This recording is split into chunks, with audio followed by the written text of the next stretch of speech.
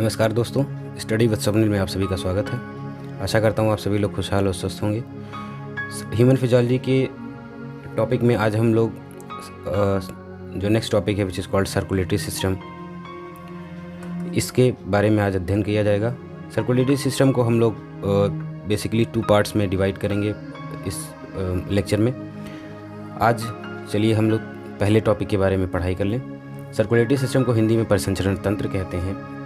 इन्हें मुख्यतः 2 भागों में बांटा जाता है, या it is divided basically into 2 parts, open circulatory system and second one is the close circulatory system. इसे खुला परिसंचरण तंत्र या बंद परिसंचरण तंत्र कहते हैं। खुले परिसंचरण तंत्र की बात करें तो ये ऑब्वियसली एग्जाम्स में बहुत बार पूछा गया है कि इनमें से कौन से जीव में खुला परिसंचरण तंत्र पाया जाता है या ओपन सर्कुलेटरी सिस्टम पाया जाता है। तो एग्जाम्पल हमने पहले लिख देख रखा है। ऑर्थोपोड्स में एग्जाम्पल हम एक कॉकरोच का ले लें। ऑर्थोपोड्स पूरा फाइलम है, उसका हो जाएगा। इसमें याद रखिए कि जो रक्त है वो कैविटीज़, एक मतलब कोठरियाँ होती हैं, उनमें भरा रहता है। इन कोठरियों को हीमोसील कहते हैं। इनमें भरा क्या रहता है वो है हीमोलिम्फ। इनको हीमोलिम्फ को हिंदी में हीमोलिम्फ ही कहते हैं।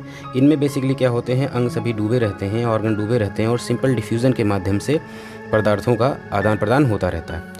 क्लोज सर्कुलेटरी सिस्टम में अगर हम देखें तो वो है कि ब्लड जो है सर्कुलेट करेगा क्लोज्ड वेसल्स में, मतलब यहाँ पर ओपन कुछ नहीं रहेगा, बंद वाहिनियों में रक्त बहता हुआ आपको मिलेगा। यहाँ बेसिकली हम लोग रक्त को प्योरली नहीं कह सकते क्योंकि इसमें बहुत से और भी फ्लूइड्स मिक्स रहते हैं, बट यहाँ पे प्योरली ब्लड ही बहेगा। हाँ, दूसरा है जो no directly contact with the blood, जिसमें जो ऑर्गन रहेंगे वो डायरेक्टली कॉन्टैक्ट ब्लड से नहीं रहते। एनालीड्स, फाइलम एनालीडा से कॉर्डेट्स तक का पूरा प्रोसेस, यानी एग्जांपल हम लोग ले लें ह्यूमंस, इन सभी में यह क्लोज सर्कुलेटरी सिस्टम पाया जाता है। तो जाहिर सी बात है हम लोग को यही आज से पढ़ना है, तो इसमें बहने वाले ब्लड के बारे में आज अध्ययन करते हैं।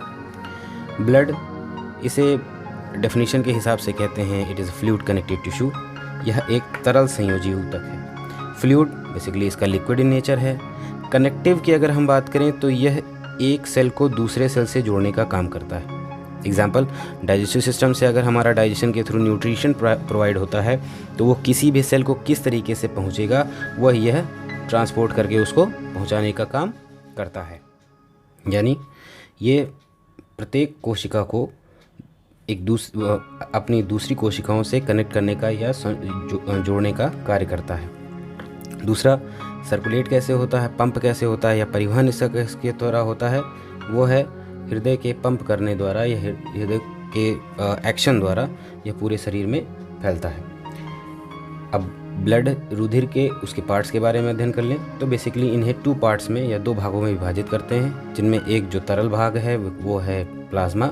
दूसरा, उसमें जो उपस्थित कोशिकाएँ हैं या present blood capsules, oblique cells, capsules या सेल्स कोई भी कहें एक ही बात है। प्लाज्मा पे हम लोग कर लें। प्लाज्मा जो कि फ्लूइड पार्ट है या उसका तरल भाग है, जिसमें जो जल है वो 90 to 91% और 92% अप्रॉक्सीमेटली रहता है। फंक्शन इसका क्या है, ब्लड वॉल्यूम को, जो रक्त का एक वॉल्यूम है उसको बनाए रखने के लिए। सोर्स ऑब्वियसली ये एब्जॉर्ब होगा इंटेस्टाइन से या आंतों से ही मिलता है। प्लाज्मा प्रोटीन जो कि इसके बहुत ही मुख्य आधार हैं, जो 7 से 8% रहते हैं, जिनमें एल्बुमिन, ग्लोबुलिन और फाइब्रिनोजन है। एल्बुमिन का काम एक्चुअली ब्लड के परासरण दाब, ऑस्मोटिक प्रेशर को एक्चुअली कहते हैं परासरण दाब, और पीएच या उसकी सांद्रता को बनाए रखना है, जो कि मिलता है लीवर से। ग्लोबुलिन, ये जिस लाइक इम्यूनोग्लोबुलिन आपने सुना होगा है जी, ये सभी काम इन्फेक्शन से लड़ने का काम करते हैं, ये भी हमें लीवर से ही प्राप्त होंगे। और फाइब्रिनोजन जो कि रक्त को जमाने में या ब्लड कोगुलेशन में कार्य करता है, वो भी हमें लीवर से प्राप्त होता है। नेक्स्ट जो है वो है सॉल्ट। सॉल्ट्स मतलब अगर हिंदी में हम कहें तो लवण, जो कि 1% से लगभग कम ही होते हैं। इनका भी काम एक्चुअली परासरण दाब को या ब्लड ऑस्मोटिक प्रेशर को मेंटेन करना है। ये भी हमें इंटेस्टाइन से ही मिलते हैं आप हमारे न्यूट्रिशन के द्वारा।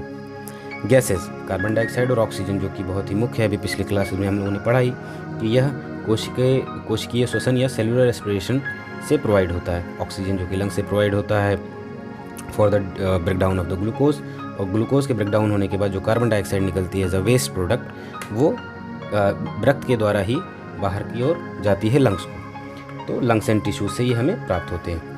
न्यूट्रिएंट्स हैं ऑब्वियसली, ये क्या हैं, ये कोशिका को बनने के लिए, उसको काम करने के लिए ऊर्जा का स्रोत का काम करेंगे, यानी भोजन का काम करेंगे, और वो भी हमें आंतों से प्राप्त होते हैं। नाइट्रोजनस वेस्ट यानी नाइट्रोजन युक्त जो उत्पाद हैं जो हमारे काम के नहीं, वो किडनी के फंक्शन द्वारा मिलता है, और ऑब्वियसली आता लीवर ही किडनी इसे फ्लश आउट करता है। किस फॉर्म में?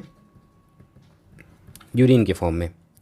और रहा हार्मोन्स, विटामिन्स और ऐसे बहुत से और भी, जैसे लाइक अगर किसी ने दवाई खाई है तो ये सभी कुछ इस प्लाज्मा में घुला हुआ आपको मिलेगा।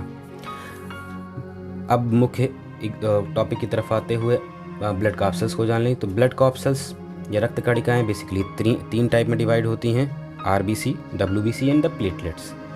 RBC इसको इरिथ्रोसाइट भी कहते हैं। एक्चुअली ग्रीक वर्ड में इरिथ्रोस जो वर्ड होता है, इरिथ्रोस, इसको कहते हैं red, and cyte is equal to cell. तो यानी रेड सेल कहाँ पाया जाता है? ब्लड में पाया जाता है, इसलिए कहते हैं रेड ब्लड सेल। ठीक, लाल रक्त कणिकाएँ, माफ कीजिएगा, लाल रक्त कणिकाएँ।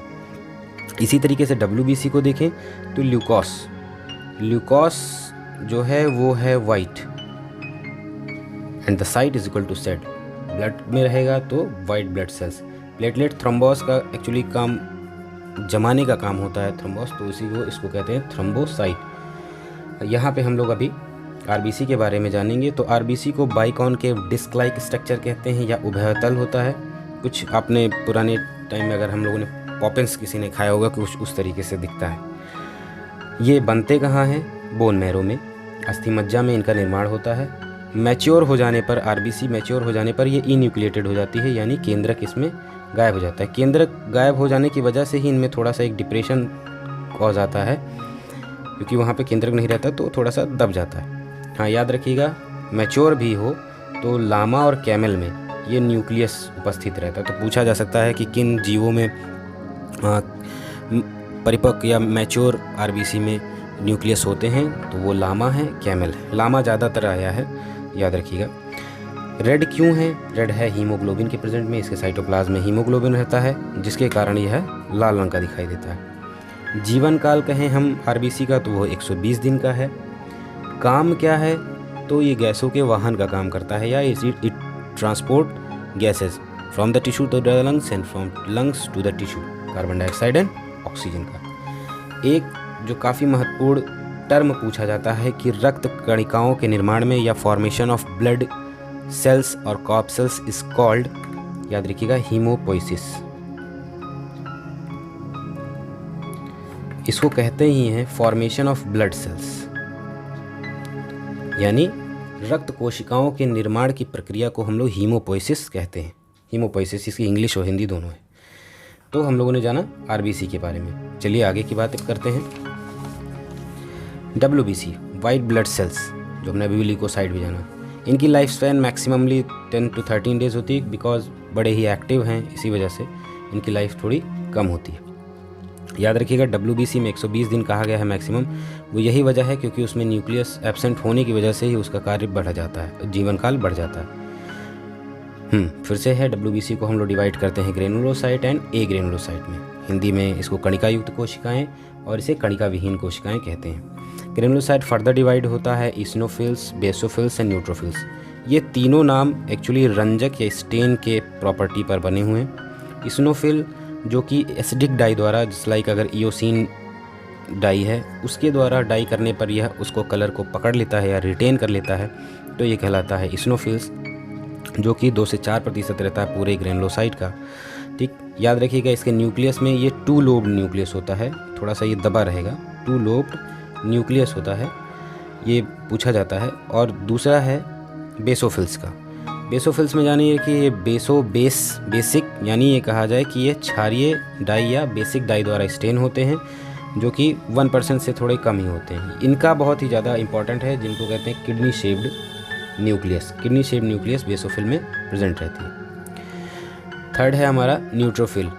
न्यूट्रोफिल न्यूट्रल के नाम से, यानी ये ना एसिड का ना बेसिक का, दोनों का ही कलर ये नहीं रिटेन करता है, तो इसे उदासीन कहते हैं। मेनी लोब्ड का इसका न्यूक्लियस होता है। बेसिकली कार्य क्या है, इसकी कार्य है फर्स्ट लाइन ऑफ डिफेंस है, रक्षा तंत्र का प्रथम रेखा है ये, और इन्फेक्शन और पैथोजन से लड़ाई करने का और सिग्नल करने का भी एक तरीके से ये दिखाते हैं कि हाँ इन्फेक्शन हुआ है, ये भी कार्य करते हैं। नेक्स्ट आ जाते हैं हम लोग एग्रेनुलोसाइट में, जिसमें दो मेजर हैं, मोनोसाइट और लिम्फोसाइट। मोनोसाइट पूरे WBC की सबसे बड़ी कोशिका होती है और इसका जो एक्टिविटी होती है उसको कहते हैं फैगोसाइटोसिस। कंपटीशन में बहुत बार पूछा जाता है प्रोसेस क्या है, तो वो है फैगोसाइटोसिस या कोशिका भक्षण। ये सेल को पूरा ही निगल लेती है, इंगल्फ कर लेती है, खा लेती है एक तरीके से कहा जाए। लिम्फोसाइट में कहें तो वो T lymphocyte and B lymphocyte है। T लिम्फोसाइट जो मैच्योर होती है वो थाइमस ग्लैंड में है, और एंटीजन मतलब बाहर के कारक जो हमारे शरीर में कुछ नुकसान करने का काम कर सकते हैं, जैसे लाइक वायरस हो गया या कोई भी प्रोटीन हो गया जो कि नुकसान करे, उनसे लड़ने का काम करती है। B लिम्फोसाइट ये भी वही है, फाइट करते हैं, और हाँ टॉन्सिल्स एरिया में इनका प्रेजेंस ज़्यादा होता है। ये रहे WBC के बारे में। नेक्स्ट जो हमारा था प्लेटलेट्स, इसका एक ही लाइन याद रखिए, थ्रम्बोसाइट या थ्रम्बोस्मिस कोगुलेशन जमाने का काम करेगा। सबसे छोटी होती है कोशिकाओं में, ब्लड सेल की सभी कोशिकाओं में सबसे छोटी होती है, न्यूक्लियस नहीं होता, रक्तविहीन होती है, और दूसरा जब कभी भी इंजरी हो जाए तो खून को जमाने का या रक्त स्कंदन जिसको हिंदी में कहते हैं, ब्लड कोगुलेशन का या क्लॉटिंग ऑफ ब्लड करने का काम करती है। इसके बाद जो एक और हमारा फ्लूइड है जो बड़ा ही मदद करता है ब्लड को साथ में ही एक तरीके से, वो है लिम्फ। लिम्फ एक कलरलेस और ट्रांसपेरेंट फ्लूइड है, रंगहीन और पारदर्शी। इसमें सिर्फ प्लाज्मा और WBC होते हैं, RBC एब्सेंट होती है जिसकी वजह से इसमें कलर नहीं आता। याद रखिए काम बहुत ज़रूरी है इसका कि रोल पूछा जाता है, वो है इम्यून सिस्टम में, प्रतिरक्षा तंत्र में बहुत ज़्यादा रिस्पॉन्सिबल है। और हम लोगों ने पढ़ा था कि विलाई में ब्लड के कैपिलरी के साथ साथ लिम्फ कैपिलरीज भी जाती हैं, जो कि क्या काम करती हैं, डाइजेशन ऑफ फैट का जो डाइजेस्टेड फैट है वो एब्जॉर्ब करके शरीर में पहुंचाने का कार्य करती हैं। नेक्स्ट जिसकी वजह से रेड हमारा RBC है वो है हीमोग्लोबिन, उसके बारे में थोड़ा सा पढ़ लें। यह हीमोग्लोबिन जो है आयरन कंटेनिंग एक मेटेलोप्रोटीन है जिसका काम होता है गैस का ट्रांसपोर्ट करना। हीमोग्लोबिन जो है वह कार्बन डाइऑक्साइड और ऑक्सीजन को इनको कोशिकाओं से बाहर अंदर ले जाने का कार्य करता है एक तरीके से। साइटोप्लाज्म में प्रेजेंट होता है RBC के, जिसकी वजह से RBC को रेड कलर मिलता है। हाँ, इसके मुख्य भाग में जो कि हीम पार्ट है उसमें आयरन +2 स्टेट यानी फेरस स्टेट में रहता है। ये बहुत ही इंपॉर्टेंट है क्वेश्चन पूछे जाने के हिसाब से। हाँ, पूरा का पूरा हीमोग्लोबिन मॉलिक्यूल 4 ऑक्सीजन मॉलिक्यूल को मैक्सिममली, जो एक स्वस्थ एक तरह से कहें हीमोग्लोबिन मॉलिक्यूल 4 ऑक्सीजन मॉलिक्यूल को कैरी करता है। ग्लोबिन इसका प्रोटीन पार्ट होता है, हीम जिनमें प्रेजेंट होता है आयरन। इसी तरीके से कुछ और भी आपने वर्ड सुने होंगे लाइक हीमोसाइनिन। हीमोसाइनिन साइनोस का मीन्स ही होता है ब्लू। अगर हम कहें ये है क्या, तो ये भी एक पिगमेंट ही है जस्ट लाइक हीमोग्लोबिन। इसके मुख्य जो मिनरल है या मेटल है वो है कॉपर। ये बहुत ही मोलस्क या घोंघों में और ऑर्थोपोड्स में आपको मिलेगा। इनका कलर कैसा होता है, ब्लू इन कलर। ये भी वही जब काम करते हैं जो कि हीमोग्लोबिन का कार्य है। कुछ इंपॉर्टेंट टर्म्स भी पढ़ लें, जैसे लाइक ग्रीन ब्लड, हरा खून। एक्चुअली ऐसा कुछ है नहीं कि जो कहीं प्रेजेंट हो, ये आजकल बहुत ही हेल्थ कॉन्शियस टर्म के लिए यूज़ किया जाता है। ये actually juice of wheat grass होता है, जो गेहूं की ज्वार कहा जाता है। बहुत छोटे छोटे जो कोपले टाइप की होती हैं उनको निकाल कर उसका जूस बना के दिया जाता है। गेहूं का साइंटिफिक नेम ट्राइटिकम एस्टिवम होता है, याद रखिएगा। ये रिच इन एंटीऑक्सीडेंट और मिनरल्स में होता है। लाइक क्लोरोफिल हो जाने की वजह से ऑक्सीजन लेवल बहुत बढ़ता है, तो थकान या जो कमज़ोरी होती है वो तरीके की नहीं होती जब इसको हम लेते हैं। एक टर्म और है हमारा सीरम। प्लाज्मा और सीरम में काफ़ी परेशानियां हो जाती हैं अंतर करने पे। याद रखिए फाइब्रोनोजन हम लोगों ने बात की थी। फाइब्रोनोजन एक्चुअली क्या काम करता है, ब्लड को जमाने का या ब्लड कोगुलेशन का काम करता है। अगर आप इसे हटा दें, यानी ये RBC को एक तरीके से कहा जब ब्लड कैप्सूल को एक तरह जमा चुका है, तो जो फ्लूइड बचा है, तब जो फ्लूइड बचता है वो है सीरम। यानी प्लाज्मा से अगर फाइब्रोनोजन हट जाए तो जो फ्लूइड मिलेगा वो कहलाएगा सीरम। सीरोलॉजिकल टेस्ट के लिए ये सीरम का बहुत उपयोग किया जाता है। आशा करता हूँ आप सब लोगों को ये वीडियो पसंद आया होगा। इसमें काफ़ी याद रखिएगा WBC के लाइफ स्पैन, न्यूक्लियस के बारे में, और प्लेटलेट्स जो कि थ्रोम्बोसाइट का काम है, जमाने का काम करता है। फैगोसाइटोसिस मोनोसाइट का कार्य है। और टी लिम्फोसाइट, बी लिम्फोसाइट, ये याद रखिएगा। पूछते हैं कि किसका है, ए ग्रेनुलोसाइट का, तो ये ए ग्रेनुलोसाइट का है। लिम्फ जो कि कलरलेस होती है, हीमोग्लोबिन की वजह से ही आरबीसी को रेड कलर मिलता है। आयरन इस स्टेट में ये बहुत इंपॉर्टेंट होता है, पूछिए, याद रखिएगा। Fe2+। हीमोसाइलिन जो कि कॉपर बेस्ड है। और ओपन सर्कुलेटरी सिस्टम और क्लोज सर्कुलेटरी सिस्टम में अंतर। और आशा करता हूँ ये वीडियो आपको पसंद आया होगा। प्लीज़ लाइक कीजिए, शेयर एंड सब्सक्राइब ज़रूर कीजिए। आपकी छोटी सी हेल्प हमें बहुत मोटिवेट करती है आगे बढ़ने में। नेक्स्ट जो हम लोग टॉपिक पढ़ेंगे आगे, जो नेक्स्ट वीडियो आएगा वो है सर्कुलेटरी सिस्टम पार्ट 1, जिसमें हम लोग हार्ट और ब्लड वेसल्स के बारे में पढ़ाई करेंगे। आप सभी का बहुत बहुत धन्यवाद और जय हिंद।